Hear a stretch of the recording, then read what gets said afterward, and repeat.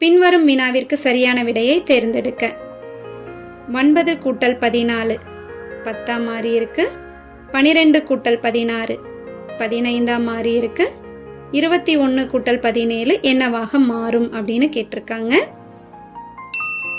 இங்க 9ஓட 14 கூட்டுங்க 23. இதை 10 மாத்தணும். அப்ப 13 கழிச்சிடலாமா? இதே அமைப்பை இரண்டாவது ஆப்ஷனுக்கு செக் பண்ணுங்க. 12 கூட்டல் 16 28. இதுல இருந்து 13 கழிச்சுட்டா 15.